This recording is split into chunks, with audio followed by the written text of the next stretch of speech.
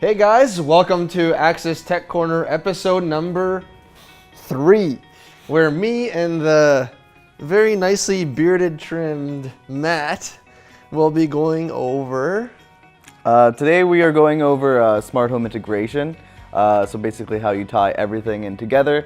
We've talked about individual aspects of what the smart home can bring to you, and today we want to talk about, how you actually do it and how you put everything in your home and what devices to kind of get, what to look out for, the standards. Yeah, pretty much a little bit of everything today.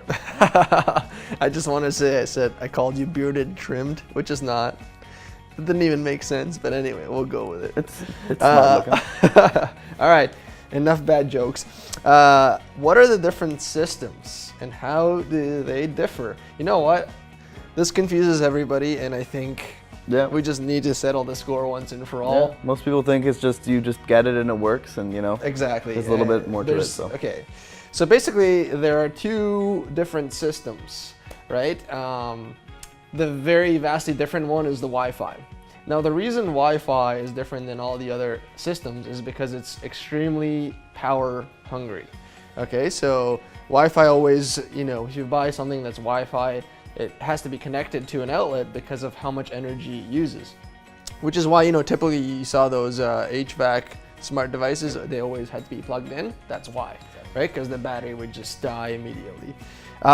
So other devices, they all operate on a similar frequency, which is 802.15.4, which I know it might not mean anything to you. But basically what this does is that it supports the smaller devices that are not going to be plugged into outlets. For example, a sensor or a smoke alarm, these are things that are not going to be plugged into outlets. So obviously having those on Wi-Fi is very inconvenient, first of all, and you don't want that dragging your energy bill up higher than it has to, right? So basically what they do is Wi-Fi communicates one way and all the other devices communicate through the 802.15.4. And what we're going to do right now is tell you how those things communicate differently, even though they're similar. Yep. So how these things work, it's what's called a mesh network. So one device is connected to another device, which connects to another device. So it basically enhances the range. So if you have one device in your kitchen and then a few others leading up the hallway up into your room, these all connect and expand the network. So the idea is when you only have one, the range is restricted for that device, but when you have multiple, it grows, it becomes a network. So this also increases the range, and the more devices you have, the better connection you have throughout the house. Boris did mention the Wi-Fi frequency that's used. Thread and Bluetooth also use that frequency, so that's a good thing to know. Another thing is that Z-Wave uses a lower frequency to try to not compete with those frequencies, and Zigbee actually uses all of them. So you have the option to have the Wi-Fi frequency that's also shared, or using the lower Z-Wave frequency rather. So this is some good stuff to know when you're setting up your house, because you don't want too many things competing on the same frequency. You want them to be working together or, working around each other. Right, and so that you actually kind of tied into this. It brings us into what are the different types of frequencies and integrations and how do they differ. So you have Wi-Fi, as we mentioned during this video, we have Bluetooth, we have Zigbee and Z-Wave. So those are the 4 front runners. And now we're going to go through the pros and cons of each one of those so that you guys can understand what they are and then make conscious decisions on when you're buying smart home technology. Matt? Yeah, so Wi-Fi, the beautiful thing about the Wi-Fi, for one, is that it has a fantastic range. It can go all throughout your home. It's also just such a standard. There's everybody uses Wi-Fi. It's something that every device can use. All your laptops use it. It's just so simple. The negative, as Boris actually mentioned a lot earlier, it's very power hungry. So it's going to raise up your electricity bills, which is really counterintuitive to the whole idea of the smart home. You're trying to save your energy. Also, it's something that, is just something you really want to think about when you're trying to set up your home. Moving on, there's Bluetooth, which is very easy to connect if it's very, if the range isn't too far. If you're close to a Bluetooth device, it's going to connect very, very easily.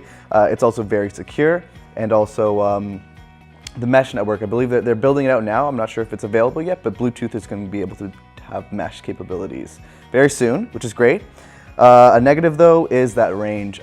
If you're not very close to it, it's not going to connect very well. I think everybody's probably had this experience before. Maybe it's a Bluetooth speaker, you walk a little too far away with your phone, starts cutting out.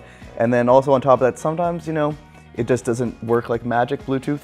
Like you connect with it, it doesn't work right away, and you know that's that's definitely a con. Right. Moving on, there's Zigbee. Zigbee is low powered, which is fantastic, which, you know, combats the con of the of Wi-Fi. Yeah, of course. Also, a beautiful thing about Zigbee is the fact that it's universal. So if you live in North America, you live anywhere in Europe, if you have a Zigbee device, it's going to work just like as it would in North America or Europe. So that's fantastic. A negative though is that it's a little bit more, you need to be more of a techie to really like work with Zigbee properly, and also the fact that it does not at all work with computers or anything like that. So that's definitely a con. And then finally, Z-Wave, again, low power, just like Zigbee, which is fantastic. It's a little bit more user-friendly, both for consumers and for if you were developing something on the Z-Wave end, or you were trying to create something like a recipe or something like that with Z-Wave. A lot easier to do. The big negative with Z-Wave though is definitely the fact that it's not universal.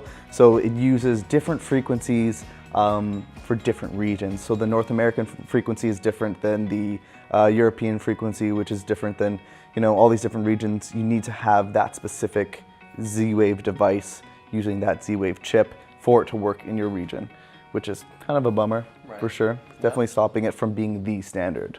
So actually, Matt, I want to touch on what you said regarding the mesh networks.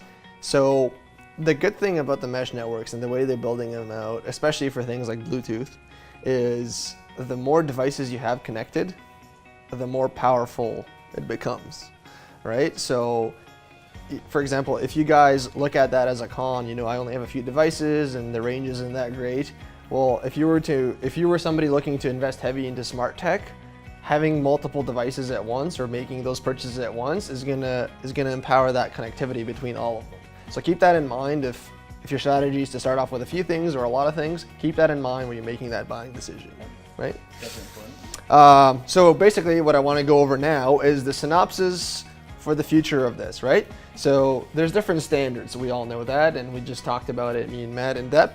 So what would you choose? What are we thinking is going to happen? But essentially, manufacturers now, they all realize there's going to be one standard in the future, right? So all of them have made their own things. All of them are competing against each other, but they all understand that there's going to be one winner at the end, and that's the best thing for consumers. Yeah, it's like the VHS, the DVD, exactly. the Betamax, whenever that happens. Yeah. So the reason they're not going, you know, basically what they've done is they've hedged their bets, and they've allowed other companies to integrate with other companies and other ways, like Zigbee, Z-Wave, Bluetooth, Wi-Fi, etc. Like multiple companies make products for multiple integrations. And the reason they do that is because they're not sure who's going to win. So they're just hedging their bets and making sure they integrate it with as many as possible. So when there is a winner, you know, the tech that you bought from them is not going to be obsolete, which would be horrendous for their company, would be, you know, very bad for their sales and their reputation in the technology marketplace. And most importantly, the consumers, if you have a bunch of obsolete devices. Right. That is the worst. Yeah. So, and to touch on top of that, there is also one more thing called IFTTT. Oh, if this, then that. If this, then that, which basically is a way to make all these things work together smoother, right? So that's something that's being developed, that's being used now, and that's something that these, you know, hardware, smart technology companies are starting to integrate to make it easier for the consumer at a lower price point to be able to integrate with multiple things inside their home. And the fact that it's very community driven.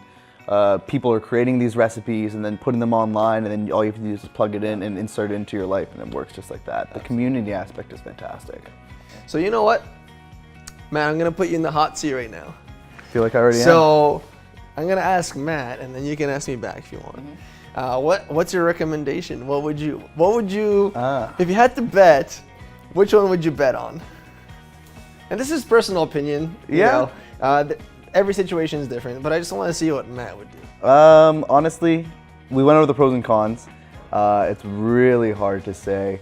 I feel like almost everybody's just kind of waiting for Google to pick something. But if I had to currently bet based on what we have going on, I think I'm probably going to have to go with Zigbee devices, just based on the fact that it's universal. It's kind of hard for a standard to be in place when it has to be a different chip across the world.